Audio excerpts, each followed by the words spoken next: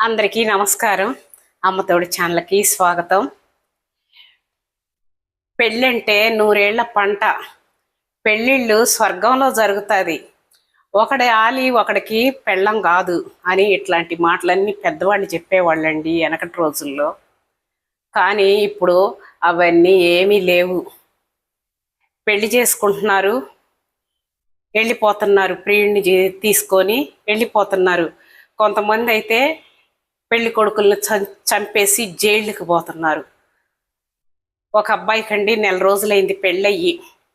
నెల రోజులు హనీమూన్కి వెళ్ళాలి, నైనిటాల్కి అని చెప్పేసి ఆ ప్రదేశానికి వెళ్ళాలని చెప్పి ఆ అబ్బాయి రెడీ అవుతున్నాడు. ఈలోపు పెళ్లి కూతురు ప్రియుని తీసుకొని వెళ్ళిపోయింది. ఆ అమ్మాయి తాలిబొట్టు కట్టేటప్పుడు అడిగాడు, పెళ్లి చూపుల్లో అడిగాడు, తర్వాత నిశ్చితార్థానికి అడిగాడు, నేనంటే నీకు ఇష్టమేనా అని. ఇష్టమేనని చెప్పింది. షాపింగ్కి వెళ్ళారు, ఇద్దరు మ్యాచింగ్ తీసుకున్నారు. అన్నీ బాగుండి పెళ్ళి అయిపోయిన తర్వాత హనీమూన్కి వెళ్ళే ముందు లేసి వెళ్ళిపోయిందండి. రాజా రఘువంశీలాగా చంపకుండా నన్ను బతికాను అని చెప్పేసి ఆ అబ్బాయి పార్టీ చేసుకుంటున్నాడు.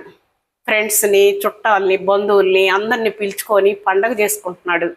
ఎందుకంటే బతికినందుకు, నన్ను ఆ విధంగా చంపకుండా ఎట్నో బతికిచ్చిందని ఇంట్లో వాళ్ళందరూ అందరికీ తెలిసిన వాళ్ళకి పార్టీ ఇచ్చుకుంటున్నారు. పూర్వకాలంలోనండి పెళ్ళిళ్ళు జరిగేటప్పుడు తాలిబొట్టు కట్టేటప్పుడు పెద్దలందరూ ఉంటారు. వాళ్ళందరిని అడిగేవాళ్ళంట, నేను పెళ్లి చేసుకుంటున్నాను, తాలిబొట్టు కడుతున్నాను, మీ అందరికీ సమ్మతమేనా, మీ అందరికీ ఇష్టమేనా అని చెప్పేసి పెళ్లి కొడుకు అడిగితే ఆ పెద్దవాళ్ళు మాకు ఇష్టమే, తాలిబొట్టు కట్టు అని చెప్పేసి చెప్పేవాళ్ళంట. అప్పుడు పెళ్లి కూతురు మెడలో తాలిబొట్టు కట్టేవాళ్ళు.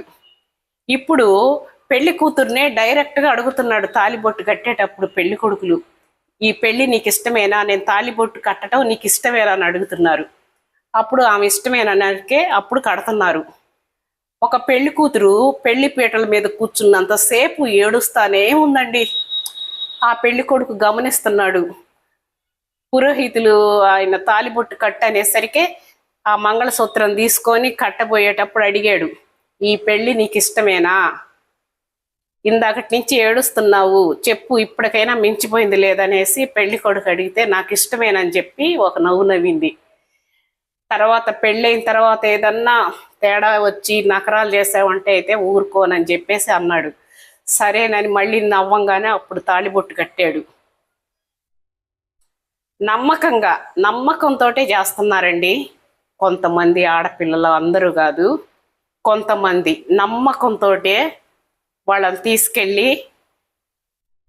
హనీమూన్కి దానికి దీనికి వెళ్ళేది ప్రియుళ్ళు తీసుకొని వెళ్ళి చంపేస్తున్నారు. లేదా దిండ్లు పెట్టి వాళ్ళని ఏదో ఒక రకంగా వాళ్ళకు అనుకూలంగా భర్తలను చంపేసి జైళ్ళల్లో మొగ్గుతున్నారు. అలా జరుగుతుందండి. ఆడపిల్లలు అందరూ తెలుసుకుంటారు, కొంతమంది అన్నా తెలుసుకుంటారని చెప్పేసి వీడియో చేస్తున్నా. నా వీడియో నచ్చితే లైక్ చేయండి.